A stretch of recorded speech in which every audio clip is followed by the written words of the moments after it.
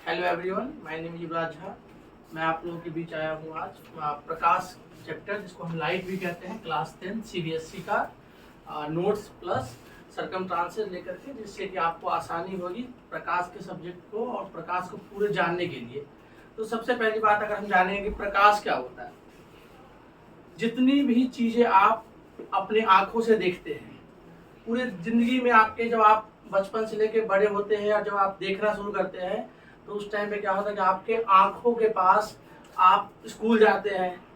जब स्कूल से निकलते हैं तो आपके रंग बिरंगे यूनिफॉर्म्स होते हैं जिसको आप देखते हो। जब आप घर से निकलते हो तो आपके आँखों के सामने होता है कि चलो भैया अब उजाला हो गया है, अब क्या करते हैं, आज स्कूल जाना है। तैयार होते हो, रोड पे जाते हो, अब रंग बिरंगी चीज़ें देखते हो, कभी लाल कलर का, कभी हरे कलर का, कभी नीले कलर का। ये सभी चीज़ जो आप देख पाते हो अपनी आँखों से और बिना किसी चीज़ के हेल्प लिए हुए, उसी को हम कहते हैं कि ये एक तरह का लाइट का ही एक रिफ्लेक्शन मोड है, जिसकी वजह से आप चीज़ों को देख पाते हैं। और इस पूरे दुनिया में जो हमें आँख मिला है, इसका काम ही है देखना। सीबीएसई का सबसे इम्पोर्टेंट चैप्टर है। इसको जानने के लिए सबसे पहले हम बात जानेंगे कि ये प्रकाश कहाँ से आता है, कहाँ को जाता है, और जो चीज़ें हम देखते हैं वो कैसा होता है। तो प्रकाश को जानने के लिए हम जानेंगे कि सूर्य की जो किरणें होती है, सनलाइट को हम कहते हैं कि सनलाइट जो है हमारी आंखों तक पहुंचने के लिए एक निश्चित दूरी तय करती है।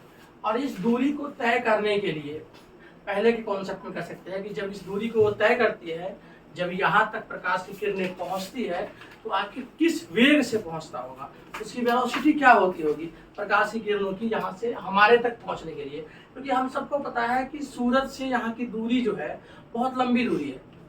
अब इतनी लंबी दूरी तक अगर कोई भी प्रकाश की किरणें, अगर माना जाए कि यहाँ पे सन है और ये आपका अर्थ है, तो यहाँ तक प्रकाश की किरणें जो पहुँच रही है, आपके आंखों तक पहुँच रहा है, हम लोग जो देख पाते हैं, ये किरणें आती कैसे हैं।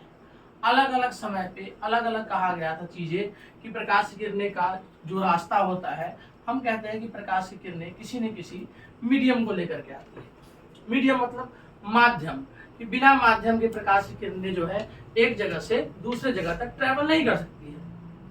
फिर आगे के समय पे हुआ कि भैया मीडियम क्या होगा, तो हमने कहा कि जो हमारे सूर्य और अर्थ के बीच का जो जगह है, स्पेस, जिसको हम बोलते हैं स्पेस, या फिर इसको हम कह सकते हैं कि ब्रह्मांड में अनेक छोटे छोटे कण पाए जाते हैं, जिन कणों की सहायता से प्रकाश की किरणें हमारे आंखों तक पहुंचती है और वो रिफ्लेक्ट होकर के हमें दिखता है। फिर सवाल आता है कि प्रकाश की किरणें जब हमारी आंखों तक पहुंचती है, हमारे आंखों तक आती है, तो प्रकाश की किरणों का हमारे आंखों तक आने के लिए जो छोटे छोटे पार्टिकल्स होते हैं, कण होते हैं, जिसकी मदद से वो रेडिएशन हमारे तक पहुंचती है, वो रेडिएशन जब आती है तो सूरज के आसपास का जो एरिया है, इस जगह को कहा जाता है कि ये तो वैक्यूम है। अब आपके मन में एक सवाल आएगा कि ये वैक्यूम क्या होता है। तो वैक्यूम का मतलब होता है खाली जगह, जहां पर ऐसी जगह ब्रह्मांड का, जिस जगह पर आपका प्रकाश की किरणें तो होती है, लेकिन वैक्यूम एक ऐसी जगह होती है कि जिस जगह पर किसी भी कंडीशन में कोई भी चीज नहीं पाया जाता है। कोई भी चीज मतलब कोई भी चीज नहीं, हवा का भी प्रवेश वैक्यूम में नहीं होता है। तो फिर सवाल बनता है कि जब हवा तक वैक्यूम में नहीं होता है, तो फिर ये प्रकाश की किरणें जो हमारे तक पहुंचती है, वो पहुंच कैसे रही है। अब आपने स्कूल में पढ़ा होगा, टीचर ने पढ़ाया होगा कि प्रकाश की किरणें आ रही है, रिफ्लेक्ट हो रही है, रिफ्लेक्शन हो रहा है। हमने क्या रियल व्यू पढ़ लिया, रियल इमेज पढ़ा, वर्चुअल इमेज पढ़ा, कनकेव मिरर पढ़ लिया, कन्वेक्स मिरर पढ़ लिया, लेंस पढ़ लिया, बड़े बड़े डायग्राम्स बना लिए। हमने कहा डायग्राम बन गया, फिर सीबीएसई क्वेश्चन पेपर आता है और हाय मैडम करके वापस आए थे, ये तो कुछ नहीं पढ़ा था हमने, ये तो कुछ पढ़ा ही नहीं था। क्वेश्चन पेपर तो फिर हम बोलते हैं कि आउट ऑफ सिलेबस आ गया क्वेश्चन। आउट ऑफ सिलेबस कुछ भी नहीं आता है। जो भी चीज आता है वो सिलेबस के अकॉर्डिंग ही आता है और सिलेबस के साथ ही आता है, ठीक है ना। तो सिलेबस के साथ ही आएगा, आउट ऑफ सिलेबस कोई भी चीजें हमारे तक नहीं आती है। आता क्या है कि देख लो जिस चैप्टर को आप पढ़ रहे हो या जिस सब्जेक्ट को आप पढ़ रहे हो उसको हम कहते हैं फिजिक्स। और जब हम फिजिक्स को पढ़ते हैं तो उसमें क्या होता है, थोड़ा सा खसक जाओ भाई तो दे दो जगह इसको, थोड़ा सा उठ जाओ थोड़ा हो जाओ, बैठ जाओ, आराम से बैठ जाओ, है ना। तो जब भी कोई भी चीज होती है ना, कोई दिक्कत नहीं है, हंस का है चाची को बैठने दो, अरे हम थोड़ी हंस रहे हैं, है ना। उसमें क्या होता है कि जो भी चीज आपका आता है तो आखिर ये कॉन्सेप्ट की बात कहाँ होती है। आप फिजिक्स पढ़ रहे हो, सबसे पहली बात तो जान लो। Yes sir. और फिजिक्स भी जो आप पढ़ रहे हो, जिस फिजिक्स को आप पढ़ रहे हो वो फिजिक्स जो एक तरह से क्लासिकल फिजिक्स के एग्जाम्पल है। अब आप लोगों ने नाम नहीं सुना क्लासिकल फिजिक्स, तो देखना क्लासिकल क्या होता है। जब आपके पास ना गाने वगैरह सुनते होगे आप लोग, तो गाने सुनते हो तो आप लोग पास नया नया ऐप्स होता है, अमेजन होता है, क्या कहते हैं उसको कि आज तो बहुत स्पॉटिफाई आ गया है, रेसो है, इस सब पे आप जब जाओगे ना तो सर्च करोगे क्लासिकल सॉन्ग, तो पुराने पुराने सॉन्ग्स आएंगे, किशोर रफी के सॉन्ग्स आएंगे। तो क्लासिकल फिजिक्स का भी कॉन्सेप्ट वही है कि आप पुराना फिजिक्स पढ़ रहे हो, जिसमें फिजिक्स भी है और केमिस्ट्री का मिश्रण है। जो बच्चे 11th क्लास में साइंस लेंगे उनको पता लगेगा कि फिजिक्स और केमिस्ट्री दोनों का मिश्रण है, जहां आप फिजिक्स में भी पढ़ोगे atoms, molecules, electron, proton, neutron, इन सब की बातें आप पढ़ोगे फिजिक्स के चैप्टर में ही। और ये सारी चीजें अभी तक चलती आ रही है। तो जब हमने स्टार्टिंग में देखा कि प्रकाश की किरणें आई गई, रिफ्लेक्शन हुआ, हमारे तक पहुंचा, लेकिन ये आई कैसे, सबसे मेजर कॉन्सेप्ट होता है, सबसे मेजर बात कि प्रकाश की किरणें हमारे तक पहुंची कैसे। सबने दिया, इवन रदरफोर्ड का आप लोगों ने नाम सुना हुआ 9th क्लास में, रदरफोर्ड ने भी एक्सपेरिमेंट किया। उसका एक्सपेरिमेंट तक में भी था कि उसने कहा था कि यह जो इलेक्ट्रॉन होता है वो चक्कर लगाता है, थॉमसन ने भी। और इलेक्ट्रॉन चक्कर लगाते लगाते लगाते लगाते क्या होता है, वो अपनी एनर्जी को लॉस करता है, और एनर्जी लॉस करने के बाद वो जाकर अपने ऑर्बिट में गिर जाता है। जैसे ऑर्बिट में गिर गया इलेक्ट्रॉन, तो इलेक्ट्रॉन और प्रोटॉन एक जगह इकट्ठा हो गया। और जब इलेक्ट्रॉन और प्रोटॉन एक जगह इकट्ठा हो गया तो दोनों के बीच में कोई रिलेशन रहा नहीं, एटम ही खत्म हो गया, न्यूक्लियर ही खत्म हो गया। और जब न्यूक्लियस ही खत्म हो गया तो फिर प्रकाश का कॉन्सेप्ट ही नहीं बचता है। तब जाकर के इक्वेशन आता है जिसको कहते हैं Maxwell equation of electromagnetic induction या Maxwell equation of electromagnetic radiation. उस इक्वेशन के आने के बाद ही फिजिक्स में लाइट चैप्टर का महत्व बढ़ जाता है। जब पहली बार मैक्सवेल ने बताया कि किसी भी लाइट जो है जब वो वैक्यूम में होती है, याद रखना वैक्यूम मतलब ऐसा खाली जगह जहां पर हवा भी नहीं होता है। अब जहां पे हवा ही नहीं है वहां कुछ भी नहीं है। सुनता होगा लोग कहते हैं कि इसकी सब बात तो हवा हवाई है, लेकिन यहाँ तो बात में हवा और हवाई दोनों नहीं है, मतलब ना हवा भी नहीं है। तो याद रख लेना कि ऐसा जगह, कह सकते हैं स्पेस जो है वैक्यूम, ऐसा जगह जहां हवा भी प्रवेश नहीं कर सकती है उसको बोलते हैं वैक्यूम। तो सूरज के आसपास का इलाका तो वैक्यूम का है। अब वैक्यूम के इलाके में तो कुछ और चीज तो है नहीं। दूसरी बात, जिस तरह से तुम लोगों में से किसी के पास साइकिल होगा, या तुम लोग घर पे सुबह उठते होगे, स्कूल से आते होगे, मम्मी बोलती है कि जाओ बेटा गेहूं पिसा के ले आओ। अब तुम गेहूं पिसाने निकलते हो साइकिल से, तो साइकिल के लिए तुम निकलते हो, तुम्हारे साइकिल में होता है कैरियर पीछे बना हुआ। अब तुम क्या करते हो, उस कैरियर में बोरी डाल देते हो, रबड़ से बांध लिया, साइकिल में बैठ गए, साइकिल चलाते हुए पहुंच गए। वही साइकिल से बोरी रख के लौट रहे हो, रास्ते में तुम्हारा दोस्त मुकेश मिल गया, उसने कहा भाई हमको भी ले चलो घर तक, हमको भी घर तक जाना है। अब घर तक जाना है तुमको मुकेश के साथ, तो मुकेश साइकिल में तुम पीछे से बैठ गए। तुम कहाँ बैठ गए, तुम कैरियर पर बैठ गए। अब वो तुम्हें लेके आ गया। तो तुमने अभी तक क्या देखा कि कैरियर का मतलब क्या होता है, ढोने वाला, किसी चीज को एक जगह से लेकर एक जगह तक आने वाला। इसी तरह से कोई भी चीज को लाने के लिए, एक जगह से दूसरे जगह तक ले जाने के लिए कुछ ना कुछ चाहिए होता है, जिसकी मदद से ही वो एक जगह से दूसरी जगह तक जा सकता है। जैसे हम डीओ लगाते हैं, हम डीओ लगाया, मैंने डीओ लगाया और वो डीओ की खुशबू तुम तक पहुंची। अब ऐसे तो नहीं कि आकाश में पहुंच गई, या हमारे तुम्हारे बीच कोई अट्रैक्शन चल रहा है, ऐसा कुछ है क्या? नहीं, ऐसा कुछ भी नहीं है। वहां पे क्या हो रहा है, एयर का कांटेक्ट होता है। एयर कांटेक्ट से हुआ कि तो यहाँ पे क्या हम देख रहे हैं कि डीओ के फ्रेगनेंस को मेरे से तुम तक पहुंचने के लिए एयर माध्यम है, एयर के थ्रू पहुंच जा रहा है। जैसे तुमको यहाँ से मान लो कि गांव जाना है, तुम ट्रेन का टिकट कराते हो, ट्रेन में बैठते हो और बैठ कर तुम जाते हो। अब यहाँ से तुमको गांव जाने के लिए ट्रेन तुम्हारा माध्यम है या नहीं है?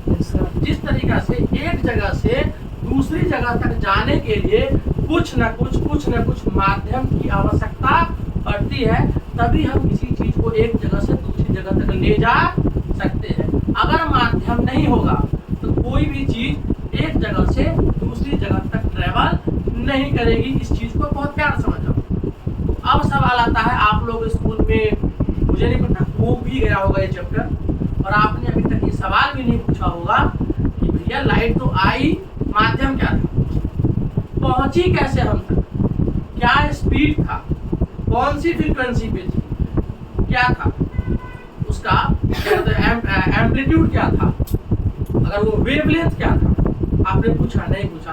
आप अस्पताल में जाते हो या आपने मूवी में देखा होगा, अस्पताल का सीन दिखाता है ईसीजी मशीन पर, और आप ऐसे से देख रहे होते हैं। ये क्या है? ये वेव है, वेव है, वेव।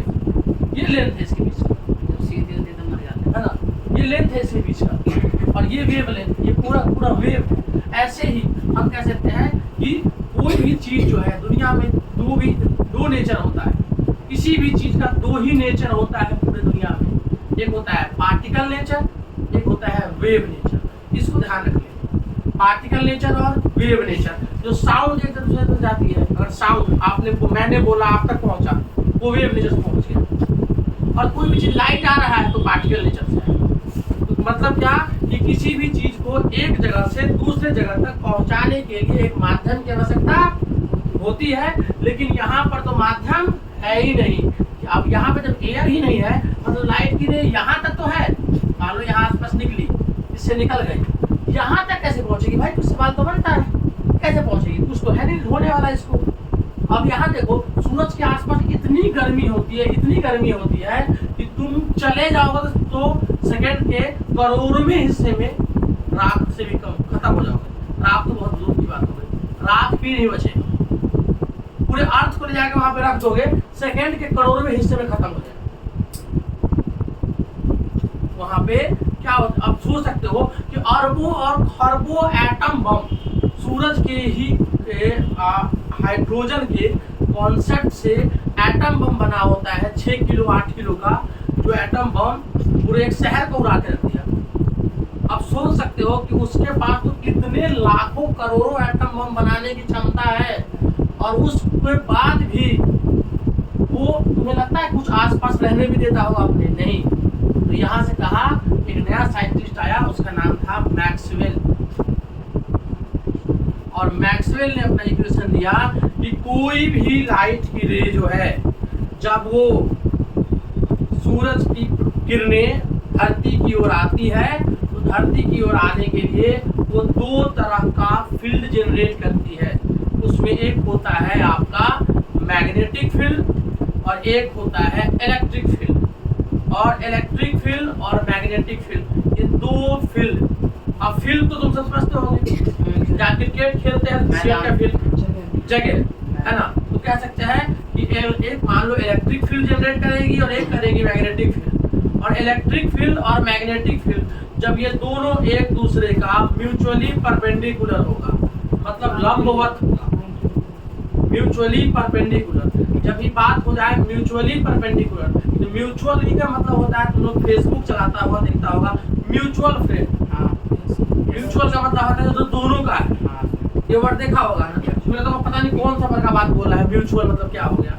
यहाँ जैसी बात आती है क्लास में पढ़ने की, तुम अंग्रेजी को लगता है बाप रे बहुत बड़ी लैंग्वेज हो गई, छोटी छोटी सी बात होती है। तो जब इलेक्ट्रिक फील्ड और मैग्नेटिक फील्ड दोनों एक दूसरे का म्यूचुअली परपेंडिकुलर होगा, तब जा करके लाइट की किरणें सूरज से निकल करके धरती तक पहुंचेगी, और तब पहुंचने के बाद शुरू होता है रिफ्लेक्शन ऑफ लाइट। इससे पहले इन सारी चीजों का जानना जरूरी है, तभी आपको पता लगेगा कि रिफ्लेक्शन ऑफ लाइट कैसे वर्क करता है। दूसरी बात, आप तो एक चीज देखा आपने कि लाइट की किरणें हैं, आती है, निकलती है, और निकल करके उसको अर्थ तक पहुंचने के लिए माध्यम की आवश्यकता पड़ती है। लेकिन फिर हमने कहा कि माध्यम कहाँ से आएगा भाई? स्पेस में तो कोई माध्यम होता नहीं है, और जब स्पेस में कोई माध्यम ही नहीं है तो किरणें कहाँ से आएगी? जब किरणें नहीं आएगी तो वर्क कैसे करेगा? अब इस दोनों चीजों में अगर हम देखा जाए कि वर्क कैसे करेगा, तो हमने कहा कि सूरज के आसपास वैक्यूम है। हमने देखा भी कि कि सूरज क्या है, वैक्यूम है ना। अब किरणें जब आ रही है तो वैक्यूम में आप बताना जरा पुरुषोत्तम, वैक्यूम में प्रकाश की किरणें चलती है? नहीं सर। नहीं पता? किसकी बच्चे को पता है वैक्यूम में प्रकाश की किरणें चलती है? जब याद तय करना। नहीं क्यों नहीं चलती है? हो गया। तो वैक्यूम में प्रकाश की किरणें जो है ट्रेवल नहीं करती है, वैक्यूम में तो खाली जगह है। तो हमने देखा कि वैक्यूम में कोई भी किरणें ट्रेवल नहीं करती है। दूसरी बात जो हमने सबसे खास देखा, हाँ माध्यम ही नहीं होता है। जब माध्यम ही नहीं है तो किरणें कहाँ ट्रेवल करेगी? तो फिर हमने कहा कि प्रकाश की किरणें चलेगी तो मैक्सवेल का इक्वेशन आया, जिसके द्वारा ही हमने डिसाइड किया कि किरणों का ट्रांसफॉर्मेशन होगा, ठीक है ना। तो किरणों का ट्रांसफॉर्मेशन होगा तो कैसे होगा? तो फिर हमने देखा कि उसके लिए चाहिए इलेक्ट्रिक और मैग्नेटिक दोनों फील्ड चाहिए, इलेक्ट्रिक और मैग्नेटिक दोनों फील्ड चाहिए। और अब इलेक्ट्रिक और मैग्नेटिक फील्ड कैसा होना चाहिए? एक दूसरे के पास लंबवत परपेंडिकुलर होना चाहिए। ध्यान रहे, इलेक्ट्रिक और मैग्नेटिक फील्ड दोनों एक दूसरे क्या होना चाहिए? परपेंडिकुलर होना चाहिए। जब वो दोनों एक दूसरे का परपेंडिकुलर होगा तभी प्रकाश की किरणें जो है हमारा सीधे सूरज से होकर के अर्थ तक पहुंचेगी। तीसरी बात कि प्रकाश की किरणें जब यहाँ से यहाँ तक आती है तो क्या स्पीड होता है इस किरण का? तो इसका स्पीड होता है 3 × 10⁸ मीटर पर सेकंड।